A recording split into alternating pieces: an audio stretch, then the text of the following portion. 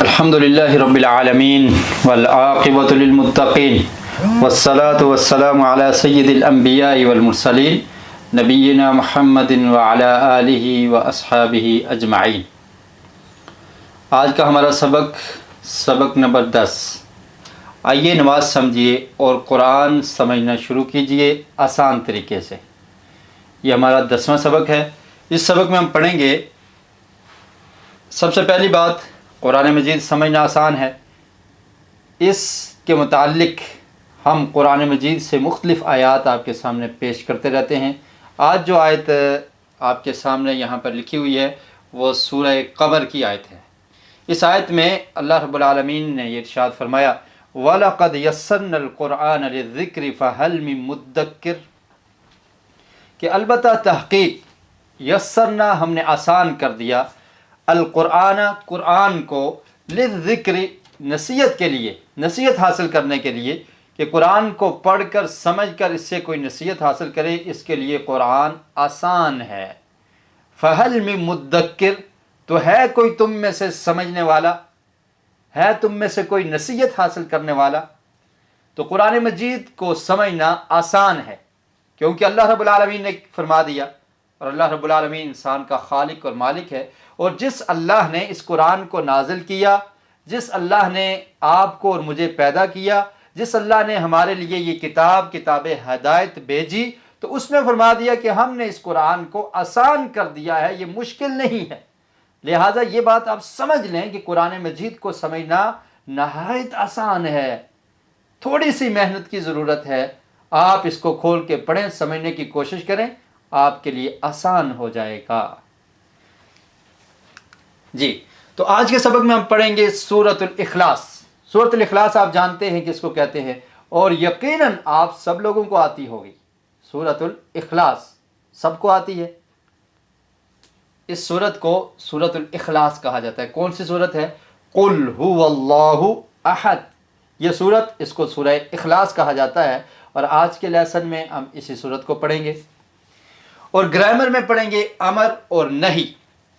اس سے پہلے آپ فعل ماضی پڑھ چکے، فعل مضارع آپ نے پڑھ لیا، اب فعل امر اور فعل نہی، یہ ہم آج کے سبق میں پڑھیں گے، اور اس کے ساتھ نکات تعلیم یا شوق، یعنی کچھ ایسے نکات آپ کو بتائے جائیں گے کہ جن کے ذریعے آپ کے اندر شوق پیدا ہو قرآن سمجھنے کا، قرآن سیکھنے کا، کہ آپ کتنے قابل ہیں، اور کس طرح سے آپ کا دماغ تیزی کے ساتھ نئے الفاظ کو پک کرتا ہے، اور کیسے آسانی کے ساتھ آپ اس قرآن کو سیکھ سکتے ہیں، یہ بھی ڈسکس کریں گے۔ اور آج ہم کتنے لفظ سیکھیں گے؟ 2 نئے الفاظ، only 2، صرف 2 الفاظ سیکھیں گے۔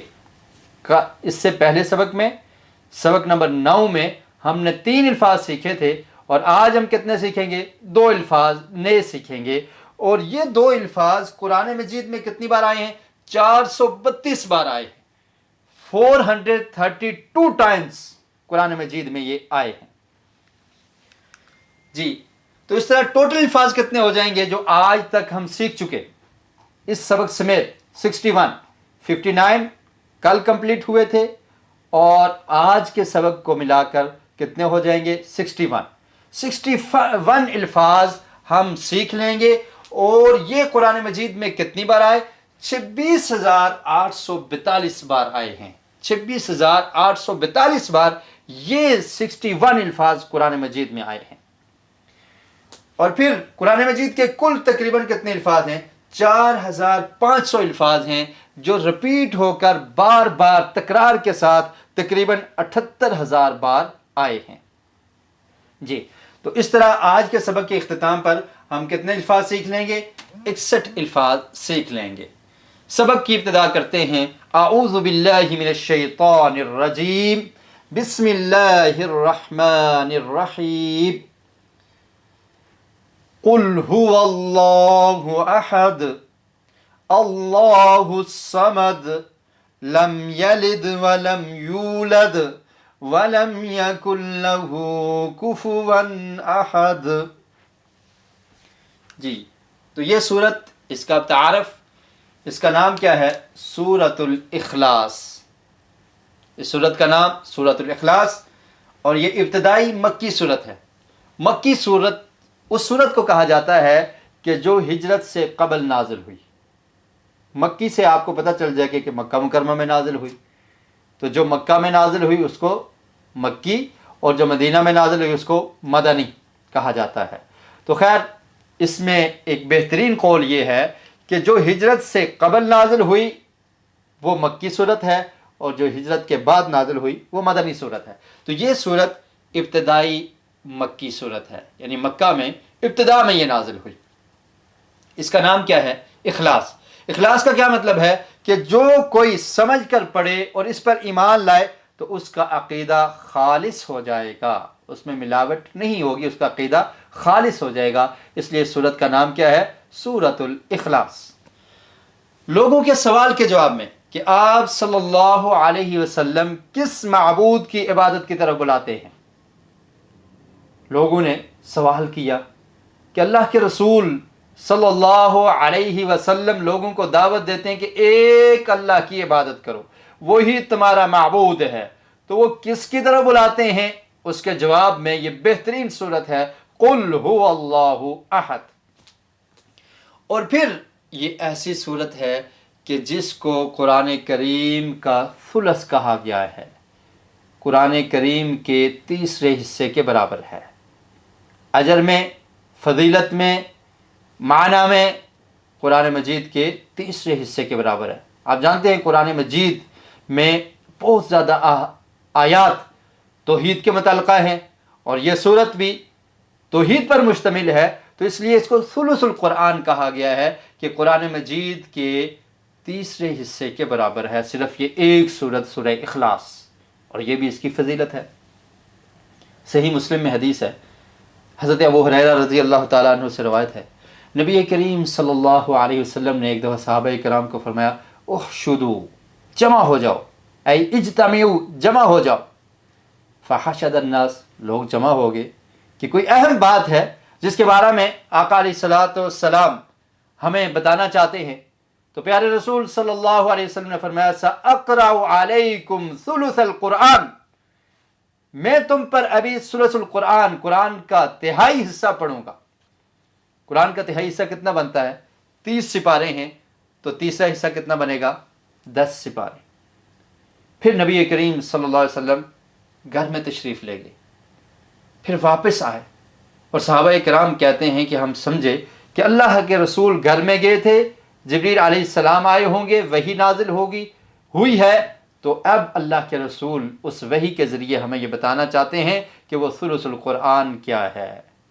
اور جب آقا علیہ الصلوۃ والسلام باہر آئے، فرمایا کہ میں نے تمہیں کہا تھا کہ میں تم پر ثلث القرآن، قرآن کا تیسرا حصہ پڑھوں گا، تو وہ سورہ اخلاص ہے، قل هو اللہ احد اللہ الصمد لم یلد ولم یولد ولم یکن لہ کفوا احد۔ فرمایا یہ ثلث القرآن ہے، قرآن کا تیسرا حصہ ہے۔ اور اس کے بعد دعوت کے میدان میں آپ اس کو پیش کر سکتے ہیں کہ معبود کون ہو سکتا ہے، یہ بہترین کسوٹی ہے۔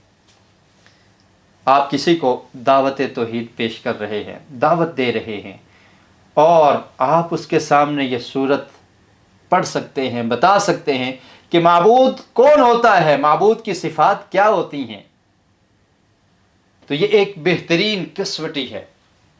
سنت رسول صلی اللہ علیہ وسلم کہ ہر فرض نماز کے بعد ایک بار اس کو پڑھا کرتے تھے، اور فجر کے بعد 3 بار، اور اسی طرح مغرب کی نماز کے بعد، یا شام کے اذکار میں اگر آپ اس کو شامل کر لیں تو عصر کے بعد بھی پڑھی جا سکتی ہیں، تو شام کو 3 بار آقا علیہ الصلوۃ والسلام اس صورت کو پڑھا کرتے تھے۔ اس سے بھی اس کی فضیلت ظاہر ہوتی ہے، اور یہ جو باتیں آپ کو بتائی جا رہی ہیں آپ نے اس پر عمل کرنا ہے۔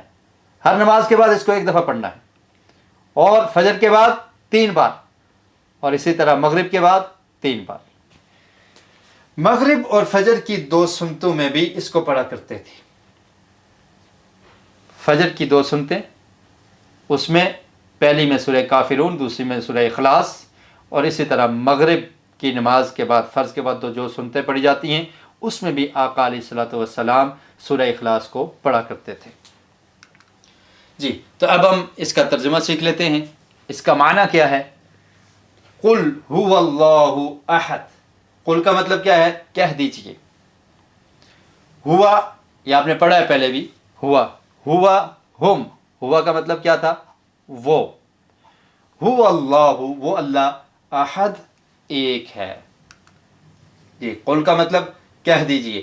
قرآن میں یہ لفظ سینکڑوں بار آیا ہے، سینکڑوں بار یہ لفظ قرآن مجید میں آیا ہے۔ قل دیکھ لیجئے آخری سپارے میں، قل یا ایھا الکافرون قل هو اللہ احد قل اعوذ برب الفلق قل اعوذ برب الناس، اور اس کے علاوہ کتنے مقامات ہیں، سینکڑوں بار یہ لفظ آیا ہے قل۔ جب آپ کو اس کا معنی آ جائے گا قل کا مطلب، تو جب بھی آپ قرآن مجید پڑھیں گے قل کا لفظ آئے گا تو آپ کو سمجھ آ جائے گی کہ اس کا مطلب کیا ہے، کہہ دیجئے۔ جی هو اللہ، وہ اللہ ہے،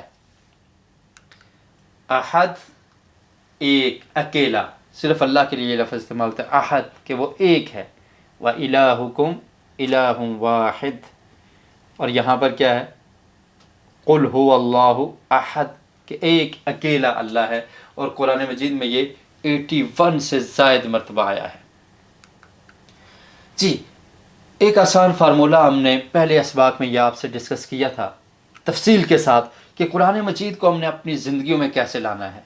اس کے لیے کچھ نکات آپ کو بتائے تھے، راست یعنی ڈائریکٹ آپ کا قرآن سے تعلق ہو، پرسنل شخصی تعلق ہو، طے شدہ پلانٹ، کہ جس طرح ہم کہتے ہیں دانے دانے پہ لکھا ہوا ہے کھانے والے کا نام، تو یہ بھی کہہ سکتے ہیں کہ پڑھنے والے کا نام اور سننے والے کا نام لکھا ہوا ہے ہر آیت پر، ہر لفظ پہ لکھا ہوا ہے سننے والے کا اور پڑھنے والے کا نام، اللہ کی طرف سے یہ طے شدہ ہے۔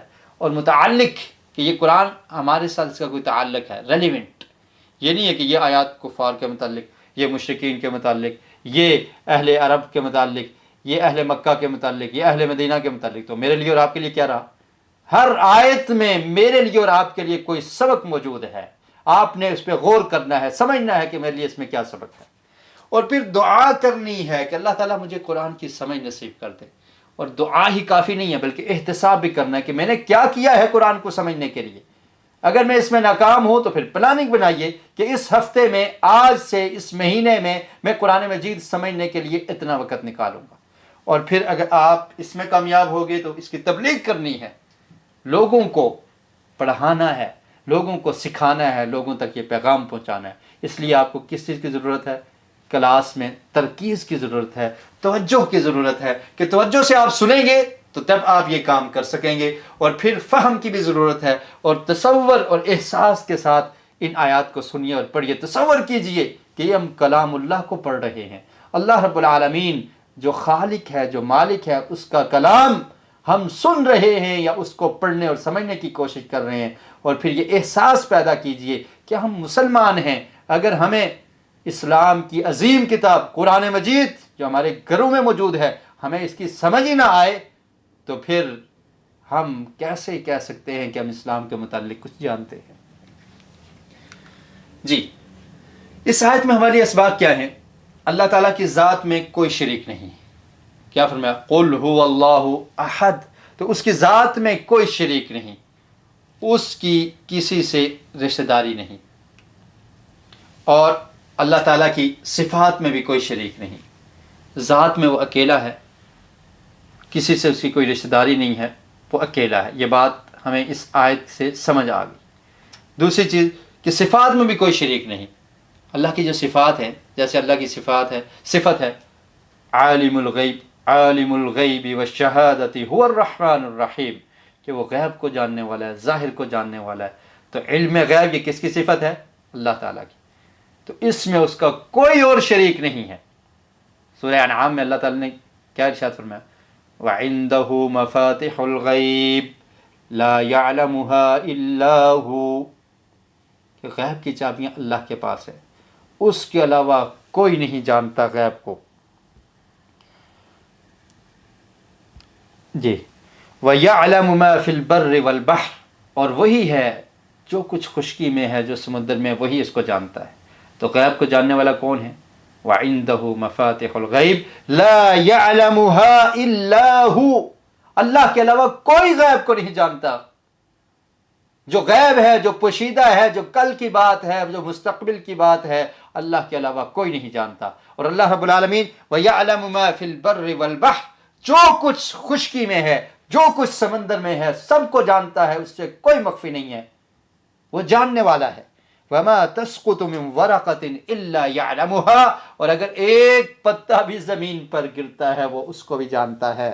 وَلَا حَبَّةٍ فِي ظُلُمَاتِ الْأَرْضِ وَلَا رَطْبٍ وَلَا يَابِسٍ إِلَّا فِي كِتَابٍ مُبِينٍ، اور ایک دانہ جو زمین کے اندر موجود ہے، باہر نہیں ہے، زمین کے اندر، زمین کے اندھیروں میں موجود ہے، اور اسی طرح کوئی خشک چیز ہو، کوئی تر چیز ہو، اس کی کتاب میں، واضح کتاب میں اللہ تعالی نے اس کو لکھ دیا ہے۔ تو اللہ کے علاوہ کوئی غیب کو نہیں جانتا۔ تو یہ اللہ کی صفت ہے۔ تو جیسے اللہ ذات میں اکیلا ہے، ایسے ہی اپنی صفات میں اکیلا ہے۔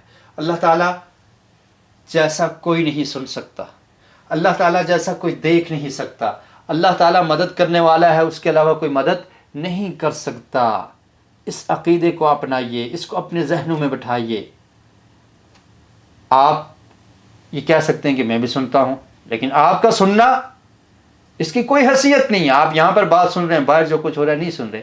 اور اللہ رب العالمین ایک ہی وقت میں جتنی مخلوقات ہیں، جتنے پکارنے والے ہیں، مختلف زبانوں میں، مختلف انداز میں اور مختلف اوقات میں، ایک ہی وقت میں اللہ تعالیٰ سب کے سننے والا ہے۔ لیس کمثلہ شیء وہو السمیع البصیر، اس کی مثل کچھ نہیں ہے، اس کی مثال نہیں بیان کی جا سکتی کہ کیسے سنتا ہے، جیسے اس کی شان کے لائق ہے، لیکن اس جیسا کوئی اور سن نہیں سکتا۔ وہ ذات میں بھی اکیلا اور صفات میں بھی اکیلا، اللہ تعالیٰ کے حقوق میں بھی کوئی شریک نہیں ہے۔ اللہ تعالیٰ کا حق کیا ہے؟ کہ انسان اللہ کی عبادت کرے، ان تعبدوا اللہ ولا تشرکوا بہ شیئا، اللہ کا حق ہے۔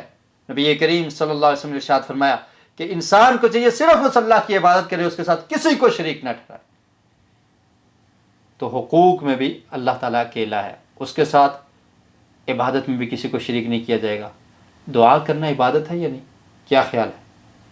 دعا کرنا، اس کے بارے میں آقا علیہ الصلوۃ والسلام کا فرمان ہے، الدعاء هو العبادہ، دعا ہی اصل عبادت ہے، مانگنا یہ عبادت ہے۔ لیکن جب آپ نے یہ سمجھ لیا کہ دعا عبادت ہے اور عبادت صرف اللہ کے لیے کی جائے گی، جیسے سجدہ اللہ کے لیے، رکوع اللہ کے لیے، قیام اللہ کے لیے، نماز اللہ کے لیے، زکوٰۃ اللہ کے لیے، قل ان صلاتی و نسکی و محیای و مماتی للہ رب العالمین، اسی طرح دعا بھی عبادت ہے، یہ اللہ کے لیے ہونی چاہیے۔ اور پھر آپ مانگتے کیسے ہیں؟ یا اللہ تو عطا کر دے، اور اگر یہی ہاتھ آپ نے کسی اور کے سامنے پھیلا دیے تو یہ شرک ہوگا یا نہیں ہوگا؟ آپ نے اللہ کی عبادت میں کسی دوسرے کو شریک کیا یا نہیں کیا؟ یا اللہ مدد کی جگہ یا رسول اللہ مدد، یا علی مدد، یا غوث اعظم مدد، یا حسین مدد، مسلمان یہ نعرے لگاتے ہیں اور پھر یہ بھی پڑھتے ہیں ایاک نعبد و ایاک نستعین، اللہ عبادت کسی کی نہیں کریں گے، خاص تیری ہی عبادت کرتے ہیں اور تجھ ہی سے مدد مانگتے ہیں، اور پھر مدد بھی غیروں سے مانگی جاتی۔ تو اللہ تعالی کا کوئی شریک نہیں، نہ ذات میں کوئی شریک، نہ صفات میں، نہ حقوق میں۔ اسی کے سامنے سر جھکے، اللہ کے علاوہ کسی اور کے سامنے سر کو نہیں جھکانا۔ یہ سر اس نے دیا ہے، اسی کے سامنے جھکایا جائے گا۔ اللہ تعالیٰ کے اختیارات میں بھی کوئی شریک نہیں۔ یہ کائنات کس کی ہے؟ یہ زمین کس کی؟ یہ آسمان کس کا؟ اس رب کی زمین پر قانون غیر کا۔ زمین کو بنانے والا وہ اللہ، انسانوں کو پیدا کرنے والا وہ اللہ، اور جس اللہ نے اس ارض و سما کو بنایا ہے تو قانون بھی اسی کا چلنا چاہیے۔ جو قانون اس نے دیا ہے اس کو نافذ کرنا چاہیے، اور اس میں کسی دوسرے کو شریک ٹھہرانا یہ بھی درست نہیں ہے۔ جی، تو اب دعا کیجئے کہ اے اللہ مجھے صرف اپنی ہی عبادت کی توفیق دے۔ میں اگر فرما بردار ہوں تو تیرا، عبادت کرنے والا ہوں تو تیرا، سر میرا جھکے تو تیرے سامنے، عاجز انکساری ہو دعا کروں تو تجھ سے، بات مانوں تو تیری، تیری اطاعت، تیری فرما برداری، یہی میری زندگی کا مقصد ہے۔ یہ دعا کیجیے اللہ تعالیٰ سے کہ اللہ تعالیٰ مجھے صرف اپنی عبادت کی توفیق نصیب فرما۔ اور پھر جب آپ نے دعا کر لی، اب ذرا احتساب بھی کیجیے، سوچئے کہ کیا ہم صرف اللہ کی عبادت کرتے ہیں؟ کیا صرف اللہ کی مانتے ہیں یا اپنے نفس کی بھی مانتے ہیں؟ اگر اذان کی آواز آ جائے، حی علی الصلاۃ، نماز کی طرف آؤ، یہ ندا لگانے والا اللہ کی عبادت کی طرف بلا رہا ہے، یہ مؤذن آپ کو اللہ کی طرف اور اللہ کی عبادت کی طرف دعوت دے رہا ہے۔ اب آپ کا امتحان ہے کہ آپ نے کہا کہ میں اللہ تیری عبادت کروں گا، اب آپ اللہ کی عبادت کرنے کے لیے جاتے ہیں یا اپنے نفس کی بات کو مان کر اپنے بستر پر لیٹے رہتے ہیں، یا اپنے نفس کی بات کو مان کر اپنی جاب میں مشغول رہتے ہیں، اپنے نفس کی بات کو مان کے اپنی اسٹڈی میں مصروف رہتے ہیں، اپنے کاروبار اور بزنس میں مصروف رہتے ہیں۔ عبادت کا یہ مطلب ہے کہ اللہ کے ہر حکم کو مانا جائے، اللہ کے ہر آرڈر کو تسلیم کیا جائے، سر تسلیم خم اس کو قبول کیا جائے۔ اللہ رب العالمین نے قرآن مجید میں فرمایا افرأیت من اتخذ الہہ ہواہ، کیا آپ نے اس شخص کو نہیں دیکھا جس نے اپنی خواہشات کو اپنا الہ بنا دیا ہے، اپنا معبود بنا دیا ہے، کہ وہ اپنے نفس کی عبادت کرتا ہے۔ کیسے عبادت کرتا ہے؟ ایک طرف رب کا حکم ہے، ایک طرف اس کے نفس کا حکم ہے، وہ اس کو قبول کر لیتا ہے۔ اور پھر بسا اوقات کیا ہوتا ہے، انسان شیطان کی عبادت کرتا ہے۔ قرآن مجید میں اللہ تعالیٰ نے یہ لفظ استعمال کیا، سورہ یاسین کی آیت نمبر 60 ہے، الم اعہد الیکم یا بنی آدم الا تعبدوا الشیطان انہ لکم عدو مبین۔ فرمایا اے بنی آدم، کیا میں نے تم سے یہ وعدہ نہیں لیا تھا کہ تم نے شیطان کی عبادت نہیں کرنی؟ انہ لکم عدو مبین، وہ تمہارا کھلا اور واضح دشمن ہے۔ آج شیطان کی بات کو مان کر تم اللہ کی عبادت کو ترک کر دیتے ہو جو تمہارا واضح دشمن ہے۔ عبادت کا لفظ استعمال ہوا، شیطان کی عبادت کا کیا مطلب ہے؟ شیطان کی بات کو مان لینا، رب کے فرمان کو پس پش ڈال دینا، اللہ کے آرڈر کو جھٹلا دینا، اللہ کے رسول کے فرامین کو چھوڑ دینا، شیاطین کی بات کو مان لینا، یہ گویا کہ شیطان کی عبادت کرنا ہے۔ اب ذرا دیکھیے، سوچئے، کیا ہم شیطان کی عبادت تو نہیں کر رہے، اپنے نفس کی خواہشات پر عمل تو نہیں کر رہے؟ اور پھر اگر ہم شیطان کی بات کو مانتے ہیں تو کیوں مانتے ہیں؟ وجہ کیا ہے؟ وجوہات کو تلاش کیجئے، کیا وجہ ہے؟ خراب دوست، خراب چیزیں، internet, T V, social media, YouTube, Facebook, Twitter, یہ چیزیں آپ کیا دیکھتے ہیں، کیا سنتے ہیں وہاں سے؟ شیاطین کی باتیں یا رب رحمان کی باتیں؟ تو اگر ان چیزوں نے آپ کو خراب کر رکھا ہے تو پھر احتساب کیجئے اور پلاننگ کیجئے کہ میں ان چیزوں کو ترک کروں گا۔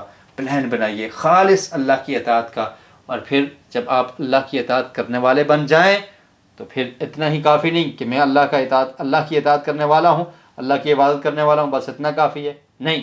اس صورت میں کیا درس ہے؟ قل، کہہ دیجئے، تبلیغ کیجئے، بلغ، پہنچا دیجئے، بلغوا عنی ولو آیہ، ایک آیت کا بھی علم ہے تو اس کو آگے پہنچا دو۔ جی، اللہ الصمد، اللہ تعالیٰ بے نیاز ہے۔ بے نیاز کا کیا مطلب ہوتا ہے؟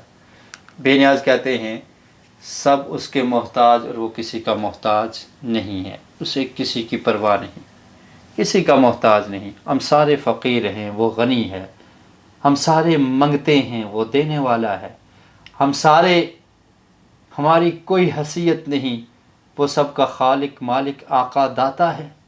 اللہ الصمد، بے نیاز ہے۔ تصور کیجئے کہ سارے انسان اور ساری مخلوقات اس کے کرم سے زندہ ہیں اور اسی سے بھیک مانگ رہے ہیں، ساری مخلوقات اور سارے انسان اس سے بھیک مانگ رہے ہیں۔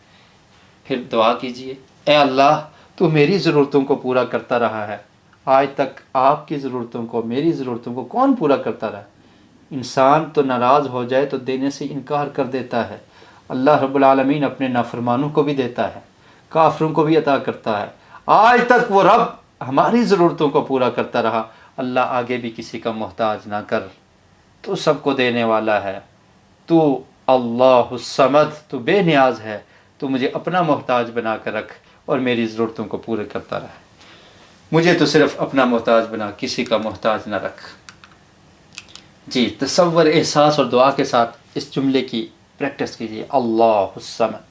تصور کیجیے کہ وہ رب العالمین کتنا عظیم ہے، پوری کائنات کے انسانوں کو، پوری کائنات کے جنوں کو، پوری کائنات کے پرندوں کو، پوری کائنات کے حیوانات کو، پوری کائنات میں جو سمندر کی تہوں میں رہنے والی مچھلیاں اور دیگر مخلوقات ہیں، بے شمار مخلوقات، ان کی ضروریات کو پورا کرنے والا وہ الہ العالمین ہے۔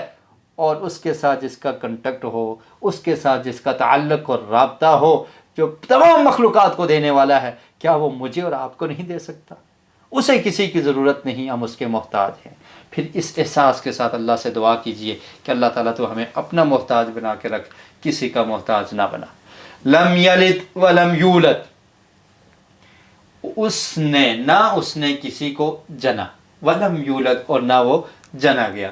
یلد کا مطلب کیا ہوتا ہے؟ اس نے جنا۔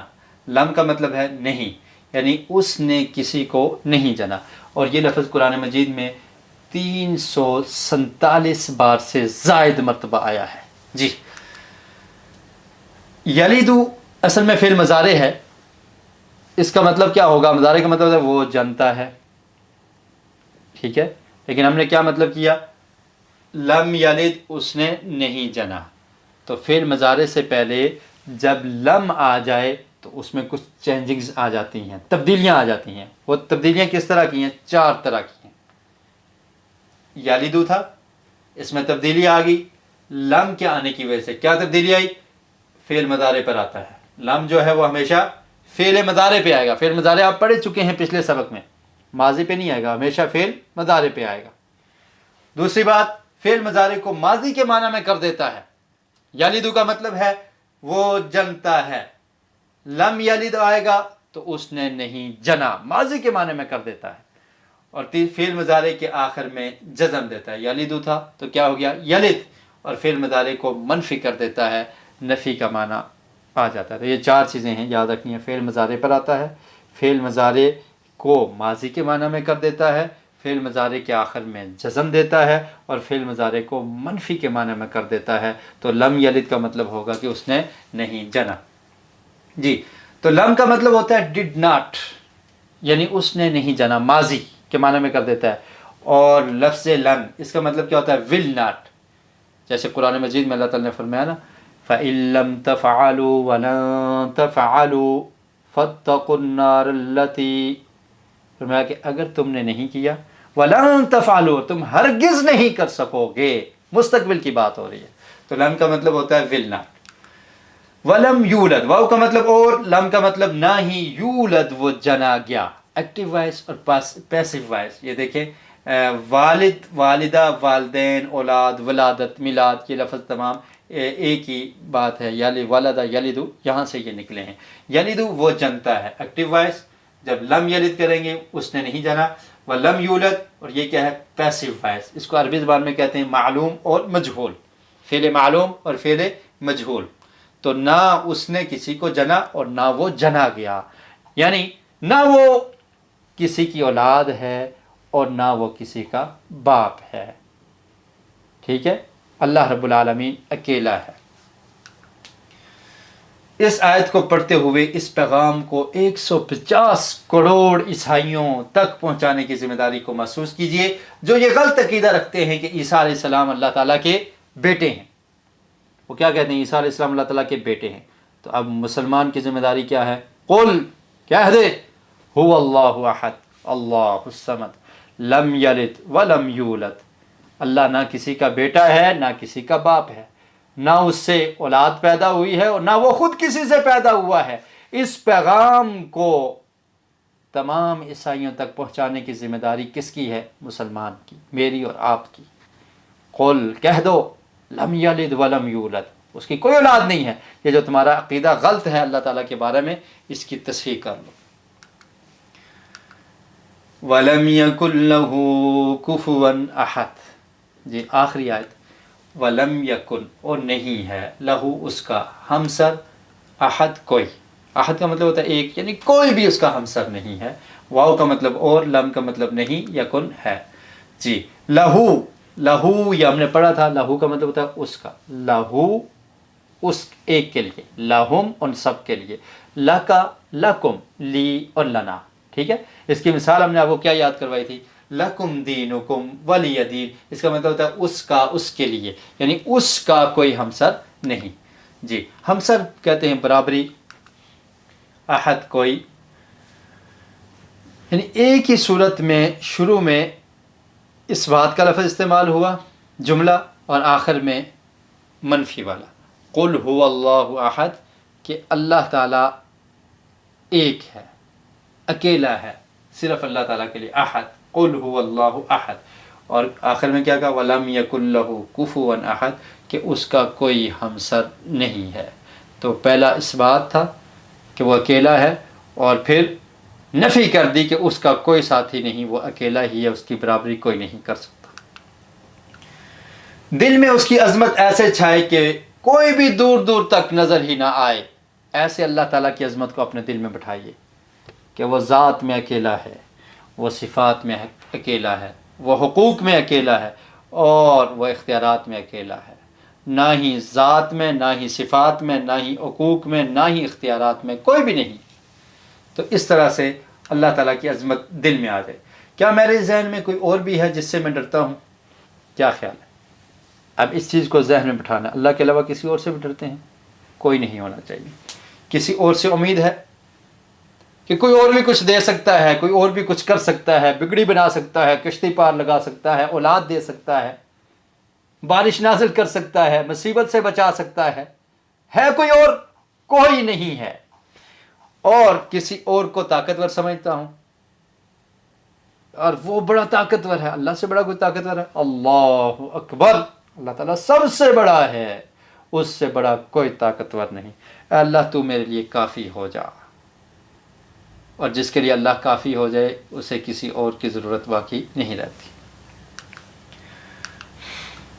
وَلَمْ يَكُنْ لَهُ كُفُوًا أَحَدٌ.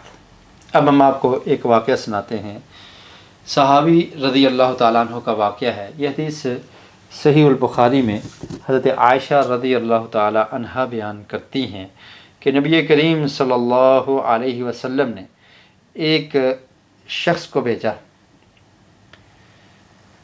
جی صحیح البخاری میں ان النبی صلی اللہ علیہ وسلم بعث رجلا على سریہ وقال یقرأ لاصحابہ فی صلاتہم فیختم بقل هو اللہ احد. آقا علیہ الصلوۃ والسلام نے ایک لشکر میں ایک امام کو ساتھ بھیجا، یعنی ان میں سے ایک کو امام بنایا کہ آپ نے امامت کروانی ہے. تو ایک لشکر روانہ کیا. وہ جو امام صاحب تھے وہ جب بھی نماز پڑھاتے، جماعت کرواتے، سورہ فاتحہ پڑھتے، اس کے بعد کوئی اور سورت پڑھتے، قرآن مجید کی کچھ آیات پڑھتے، اور پھر رکعت کا اختتام کس پر کرتے؟ قرات کا اختتام قل هو اللہ احد اللہ الصمد لم یلد ولم یولد ولم یکن لہ کفوا احد. دوسری رکعت میں پھر ایسا ہی کرتے. صحابہ کرام رضوان اللہ علیہم اجمعین نے آ کر آقا علیہ الصلوۃ والسلام کو خبر دی کہ یہ صحابی ایسے کیا کرتے تھے. اللہ کے رسول نے فرمایا کہ اس سے پوچھو، سلوہ، کہ وہ ایسے کیوں کیا کرتا تھا. جب پوچھا گیا تو انہوں نے کہا کہ مجھے اس صورت سے محبت ہے، کیونکہ اس میں رحمان کی صفت موجود ہے، اللہ رب العالمین کی توحید والی صورت ہے کہ وہ اللہ اکیلا ہے. قل هو اللہ احد اللہ الصمد لم یلد ولم یولد ولم یکن لہ کفوا احد. اس توحید والی صورت سے مجھے محبت ہے، اس میں رحمان کی صفت ہے، مجھے اس سے محبت ہے. اللہ کے رسول نے فرمایا فَأَخْبِرُوهُ أَنَّ اللَّهَ يُحِبُّهُ، اس کو خبر دے دو کہ اللہ تعالیٰ بھی تم سے محبت کرتا ہے. یہ اتنی عظیم صورت ہے.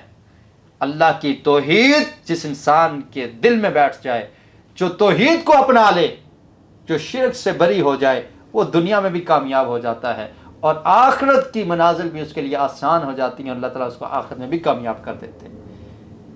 اسی لیے شرک کو ظلم عظیم کہا، ان الشرک لظلم عظیم.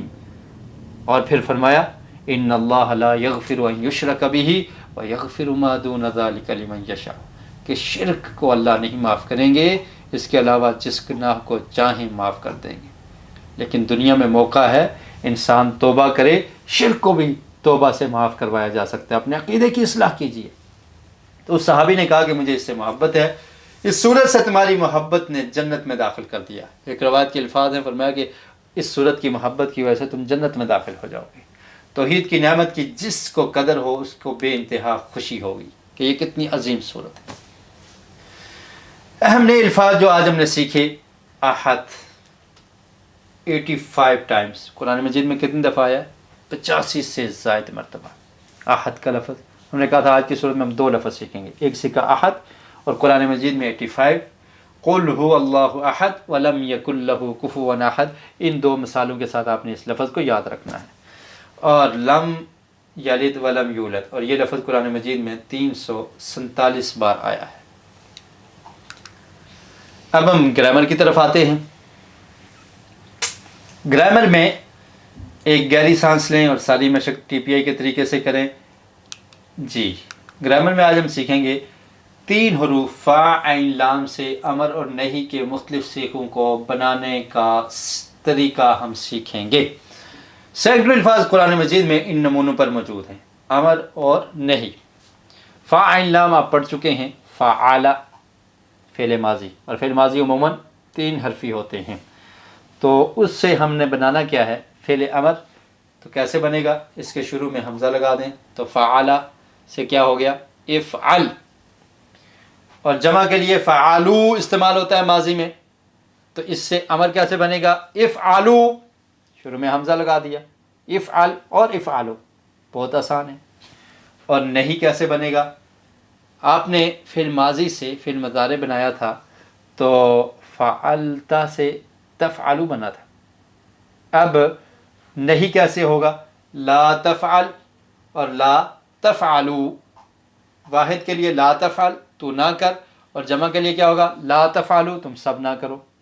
اور افعل کا مطلب امر، آپ کسی کو آرڈر دے رہے ہیں کہ کر، جیسے ہم نے پڑھا قل، یہ بھی فعل امر ہے، قم یہ بھی فعل امر ہے، اقرأ بسم ربک الذی خلق، اقرأ یہ بھی فعل امر ہے۔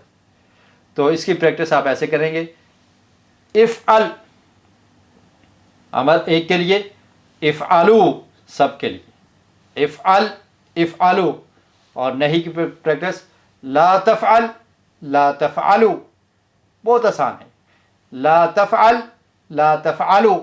اسی پیٹرن پر قرآن مجید میں بہت سارے الفاظ ہیں۔ جی،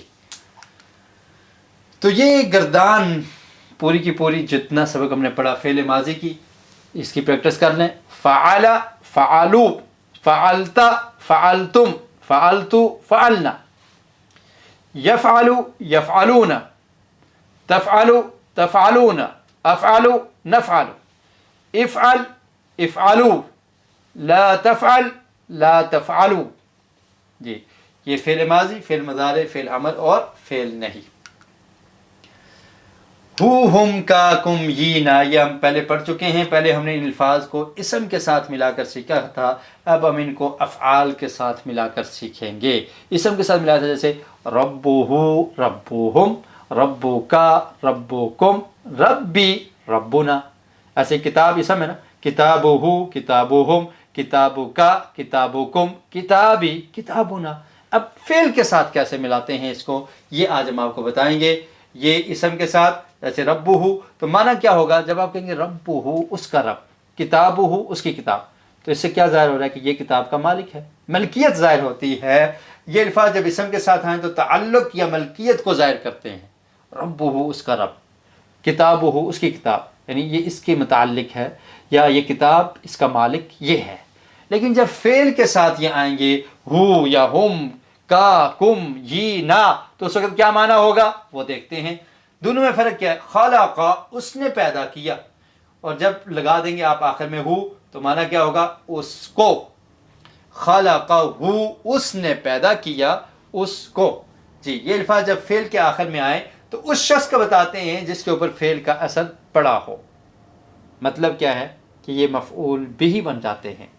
تو جیسے خلقہ اس نے پیدا کیا، اب پیدا کرنے والا کون ہے؟ خالق، وہ اللہ تعالیٰ ہے، وہ فاعل، اور جو پیدا ہوا وہ کیا ہے؟ وہ مفعول ہے، اس پر فعل کا اثر ہوا، خلقہ، اس کو مفعول بھی کہتے ہیں۔ اسی طرح آپ ایک اور مثال سمجھ لیں، ضربہ، مطلب کیا؟ اس نے مارا اس کو۔ اب ضرب کا اثر کس پہ ہوا؟ اس پر، اس کو مار پڑی، تو یہ مفعول بھی ہوگا۔ اور جب فعل کے ساتھ ملتا ہے ہو یا ہم تو اس کا معنی کیا ہوتا ہے؟ اس کا معنی ہوتا ہے اس کو، اور مفعول بھی بن جاتا ہے، مفعول کو ظاہر کرتا ہے۔ اور جب اسم کے ساتھ ہو تو اس کا معنی ہوتا ہے کہ تعلق اور ملکیت کو ظاہر کرتا ہے۔ جی اب اسم کی مثال یہ ہے ربہ ربہم، اس کی پریکٹس ایک دفعہ کر لیتے ہیں۔ ربہ ربہم، ربکا ربکم، ربی ربنا۔ اور فعل کے ساتھ خلقہ خلقہم، خلقک خلقک، خلقکم، خلقنی خلقنا۔ جی افعال کے ساتھ ہو اسے، ہم ان کو، کا تمہیں، کم تم سب کو، نی مجھے اور نہ ہمیں۔ جب فعل کے ساتھ ہا ہم کا کم نی نہ آتے ہیں تو آبجیکٹ یا مفعول بھی ہی بن جاتے ہیں، ٹھیک ہے۔ ایک ہوتا ہے سبجیکٹ اور دوسرا کیا ہوتا ہے؟ آبجیکٹ۔ سبجیکٹ فاعل اور آبجیکٹ مفعول۔ تو جب یہ فعل کے ساتھ آئیں تو ان کا معنی ہوگا ہو کا معنی اسے، ہم کا معنی اس کو، ان کو، تو یہ آبجیکٹ بن جاتے ہیں، مفعول بھی ہی بن جاتے ہیں۔ جیسے خلقہ خلقہم، خلقک خلقکم، خلقنی خلقنا۔ جی اور اسی طرح دیگر مثالیں ہیں رزقہ رزقہ رزقہم، رزقک رزقکم، رزقنی رزقنا۔ نقطہ تعلیم، ٹیم بنائیے۔ ٹیم بنانے میں بہت سارے فوائد ہیں۔ آپ اگر فٹ بال کھیلتے ہیں اکیلے کھیل سکیں گے؟ نہیں، جب تک باقی پلیئر آپ کے ساتھ نہیں ہوں گے۔ کرکٹ کھیلتے ہیں، ہاکی کھیلتے ہیں تو اس کے لیے ٹیم کی ضرورت ہے۔ تو قرآن مجید سیکھنے کے لیے بھی ٹیم کی ضرورت ہے۔ اکیلا انسان کچھ دن کام کرے گا، پھر تھک جائے گا، پھر کہے گا نہیں یار مجھ سے نہیں ہو سکتا، شیطان کے قابو میں آ جائے گا، شیطان اس کو کرنے نہیں دے گا۔ لیکن جب ٹیم بنے گی تو اس کا فائدہ کیا ہوگا؟ ایک دوسرے کو انکریج کریں گے، حوصلہ دیں گے، کرو، اور ایک دوسرے سے سیکھیں گے، پڑھیں گے، پڑھائیں گے، تو اس سے کیا ہے؟ سیکھنے کا ایک ماحول بن جائے گا اور انسان زیادہ سیکھ پائے گا۔ اور ٹیم بنانے کا ایک فائدہ یہ بھی ہے کہ اس میں بہت برکت ہے، اس کی خاص فضیلت ہے۔ وہ فضیلت ہم آپ کو حدیث کی روشنی میں بتاتے ہیں۔ صحیح مسلم میں حدیث ہے، حضرت ابو ہریرہ رضی اللہ تعالیٰ عنہ سے روایت ہے کہ رسول اللہ صلی اللہ علیہ وسلم نے فرمایا جو لوگ اللہ کے گھروں میں سے کسی گھر میں جمع ہو کر اللہ کی کتاب کی تلاوت کرتے ہیں، یتدارسونہ، اور آپس میں ایک دوسرے کو اس کا درس دیتے ہیں، تو انہیں کیا ہوتا ہے؟ ان پر اللہ رب العزت کی طرف سے سکینت نازل ہوتی ہے، نزلت علیہم السکینہ، ان پر سکینت نازل ہوتی ہے۔ وغشیتہم الرحمہ، پہلی چیز سکینت، سکون ملتا ہے ان کو۔ کچھ لوگ کسی گھر میں، اللہ کے کسی گھر میں، مسجد میں جمع ہو کر کتاب اللہ کو پڑھتے ہیں، پڑھاتے ہیں، درس دیتے ہیں، سنتے ہیں، سناتے ہیں، تو کیا ہوگا؟ سکون ملے گا ان کو۔ دنیا میں اگر آپ کو سکون چاہیے تو یہ عمل کر لیجئے، نزلت علیہم السکینہ۔ اور دوسرا کیا فائدہ ہوگا؟ وغشیتہم الرحمہ، رحمت ان کو ڈھانپ لے گی، اللہ کی رحمت ان کو ڈھانپ لے گی۔ اور تیسرا کیا ہوگا؟ فرشتے ان کو گھیر لیں گے۔ اور چوتھا فائدہ کیا ہوگا؟ کہ اللہ تعالیٰ اپنے پاس موجود فرشتوں میں ان کا ذکر کرے گا کہ دیکھو یہ میرے بندے ہیں، میری کتاب کو پڑھنے والے، میری کتاب کو سیکھنے والے اور سکھانے والے۔ تو یہ ٹیم کا فائدہ ہے۔ یہ فوائد کب حاصل ہوں گے؟ جب ٹیم ورک ہوگا، جب اکٹھے مل کر اس کو پڑھیں گے تو پھر یہ فائدے حاصل ہوں گے۔ اللہ کی طرف سے سکون ملے گا، رحمت ڈھانپ لے گی، اور تیسرا فائدہ کیا ہوگا؟ فرشتے اس مجلس کو گھیر لیں گے اور اللہ تعالیٰ نورانی مخلوق ملائکہ میں، فرشتوں میں ان لوگوں کا ذکر اور تذکرہ کریں گے۔ مل کر بیٹھنے کے مزید فائدے کیا ہیں؟ ہر ایک اس میں طالب علم ہے، اور طالب علم کے بارے میں اللہ کے رسول کا ارشاد خیرکم من تعلم القرآن، تو میں سے بہترین کون ہے؟ جو قرآن کو سیکھتا ہے۔ تو ہم ایک دوسرے سے سیکھتے ہیں، تو ہر ایک طالب علم ہے، اور پھر ہر ایک ٹیچر ہے، کیونکہ آپ بھی میرے ساتھ پریکٹس کرتے ہیں، آپ بھی یہ سوالوں کے جواب دیتے ہیں۔ اس کا کیا فائدہ ہوگا؟ وَعَلَّمَهُ، تم میں سے بہترین وہ ہے جو قرآن کو سیکھتا ہے یا سکھاتا ہے، سیکھتا ہے اور سکھاتا ہے۔ جی اور ایک دوسرے کو یاد کروائیں گے۔ جب ٹیم ورک ہوگی تو ٹائم کی پابندی ہوگی، آپ بتائیں گے کہ آج ہماری کلاس ہے، اس میں حاضر ہونا ہے۔ اکیلے پر شیطان کا حملہ ہوتا ہے، 3-4 دن آپ کریں گے لیکن اس کے بعد پھر آپ سست ہو جائیں گے، آگے نہیں کر سکیں گے۔ تو مل کر بیٹھنے کے مزید فائدے کیا ہیں کہ ہمت، فلاں کر سکتا ہے تو میں کیوں نہیں کر سکتا، اگر یہ بچہ کر سکتا ہے تو میں بھی کر سکتا ہوں، اگر یہ کر سکتا ہے تو میں بھی کر سکتا ہوں، تو ہمت بڑھتی ہے۔ کوئی کمزور ہو تو کوئی بہتر، تو ایک دوسرے کی مدد کرنے کا بھی موقع ملتا ہے، ایک کو نہیں آیا تو دوسرا بتا دے گا، ایک کمزور ہے تو اس کو دوسرا سمجھا دے گا، اور پھر سیکھنے کا ماحول ہوتا ہے کہ کلاس کے ماحول میں انسان زیادہ سیکھتا ہے، حتیٰ کہ آوازوں سے بھی سیکھتا ہے، اور مسابقت کا شوق پیدا ہوتا ہے کہ میں نے اس کام میں اس سے آگے بڑھنا ہے، اور پھر گھر کی ٹیم زیادہ مؤثر ہوتی ہے۔ اب اپنے گھر میں ٹیم تیار کر سکتے ہیں، ایک صورت کو لے لیجئے، اس کو یاد کیجئے، اس لیسن کو لے لیجئے، اس کو ایک ٹیچر بن جائے اور باقی سب اس کو سننے والے بن جائیں، اس کے ساتھ پریکٹس کریں۔ مردوں کی الگ ٹیم ہو، مسجد میں ہو، استاد بھی ہو، خواتین کی الگ ٹیم، بچوں کی الگ۔ جی، تو اس طرح سے یہ ایک ٹیم ورک سے جب یہ کام ہوگا تو پھر اس کام میں برکت بھی ہوگی، اس کے فائدے بھی ہوں گے، اور یہ مستقل بنیادوں پر چلے گا۔ اور جب مستقل آپ قرآن کو پڑھنے والے، سیکھنے والے بن جائیں گے تو اللہ تعالیٰ کی رحمتیں نازل ہوں گی، فرشتے آپ کے گھروں کو ڈھانپ لیں گے، اور پھر اللہ تعالیٰ فرشتوں میں آپ کا ذکر کریں گے کہ یہ بندے میری کتاب کو پڑھنے اور پڑھانے کے لیے جمع ہوئے ہیں۔ اہم نئے الفاظ اور مثالیں، احد کا لفظ آپ نے سیکھا، اس کا مطلب ہے قل هو اللہ احد، اور لم یہ قرآن مجید میں 347 بار آیا، لم یلد ولم یولد، یہ آج آپ نے سیکھا ہے۔ اس طرح ہمارے 10 اسباق مکمل ہوئے، اور ان 10 اسباق میں نماز کے اہم حصوں کے ساتھ ساتھ آپ نے کتنے الفاظ سیکھ لیے ہیں؟ 61 الفاظ سیکھے ہیں، جو قرآن مجید میں 26,842 بار آئے ہیں۔ دیکھ لیجئے کتنے زیادہ الفاظ آپ نے کچھ گھنٹوں میں سیکھ لیے۔ ان 10 اسباق میں 61 الفاظ سیکھے ہیں، جو قرآن مجید میں کتنی بار آئے؟ 26,842 بار آئے ہیں۔ اب آپ نے اس کو جاری رکھنا ہے، اس عمل کو، کیونکہ قرآن مجید کے کل تقریباً کتنے الفاظ ہیں؟ 4,500 الفاظ ہیں، جو رپیٹ ہو کر تقریباً 78,000 بار آئے ہیں۔ جی، تو اب یہ حدیث ہم پہلے بھی پڑھ چکے۔ اللہ تعالیٰ نے جب اس مبارک سلسلے میں ہمیں شامل ہونے کی توفیق دی ہے تو آپ دعا کیجئے کہ اے اللہ اسے ہمیشہ جاری رکھنے کی توفیق دے۔ اللہ رب العالمین قرآن مجید کو ہمارے سینوں کی ٹھنڈک اور نور بنا دے۔ اللہ تعالیٰ ہمیں قرآن مجید کو پڑھنے والا، قرآن مجید کو سمجھنے والا، اور قرآن مجید پر عمل کرنے والا، اور قرآن مجید کو نشر کرنے والا، اس کی اشاعت کرنے والا، اس پیغام کو لوگوں تک پہنچانے والا بنا دے۔ وآخر دعوانا ان الحمد للہ رب العالمین۔ سبحانک اللہم وبحمدک، اشہد ان لا الہ الا انت، استغفرک واتوب الیک۔